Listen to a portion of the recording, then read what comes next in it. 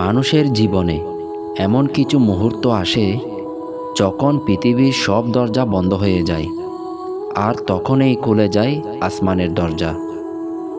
আজ আমি আপনাকে এমন এক সত্য ঘটনা শোনাব, যা শুনলে আপনার হৃদয় নরম হয়ে যাবে, ঈমান জেগে উঠবে, আর আপনি অনুভব করবেন আল্লাহ কখনো তার বান্দাকে ছেড়ে দেন না। মদিনার এক সাধারণ যুবক, ছোটবেলা থেকে দুনিয়ার মোহে ডুবে থাকা, গান, মজা, আড্ডা, জীবনের উদ্দেশ্য যেন শুধু আনন্দ। তার নাম হারিস। দিনের পর দিন জীবন আরও অন্ধকারে ডুবে যাচ্ছিল। বাবা মা বারবার বলতেন, বাবা, আল্লাহর পথে ফিরে আসো, এই দুনিয়া ক্ষণস্থায়ী। কিন্তু হারিস শুনত না। এক রাত, যেই রাত তার জীবন বদলে দিল। হারিস এক অন্ধকার রাস্তায় হাঁটছিল। হঠাৎ দেখতে পেল রাস্তার পাশে এক বৃদ্ধ লোক, শরীর কাঁপছে, পানি চাইছে। হারিস প্রথমে পাত্তাই দিল না। তারপর অদ্ভুত এক অনুভূতি তাকে থামিয়ে দিল। সে ফিরে গেল, লোকটির হাতে পানি দিল।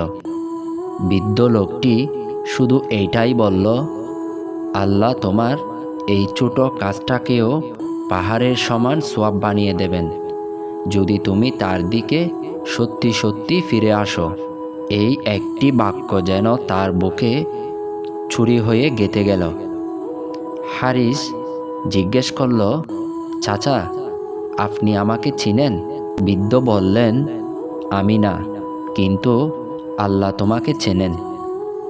তুমি তার কাছে দূরে আছো বলে ভাবলেও তিনি তোমার মঙ্গল চেয়েই তোমাকে এখানে পাঠিয়েছেন। হারিসের চোখে পানি চলে এলো। সে প্রথমবার বুঝতে পারল, মানুষের জীবন বদলে যেতে একটি মুহূর্তই যথেষ্ট। আল্লাহ যখন কাউকে হেদায়েত দিতে চান, তার কাছে ফিরে আসার দরজা নিজে থেকেই খুলে যায়। সেই রাতেই হারিস সিজদায় পড়ে গেল। কান্না করতে করতে বলল, হে আল্লাহ, আমি অনেক দূরে চলে গেছি, আমাকে ফিরিয়ে নিন, আমাকে ক্ষমা করুন। তারপর থেকে হারিসের জীবন বদলে গেল।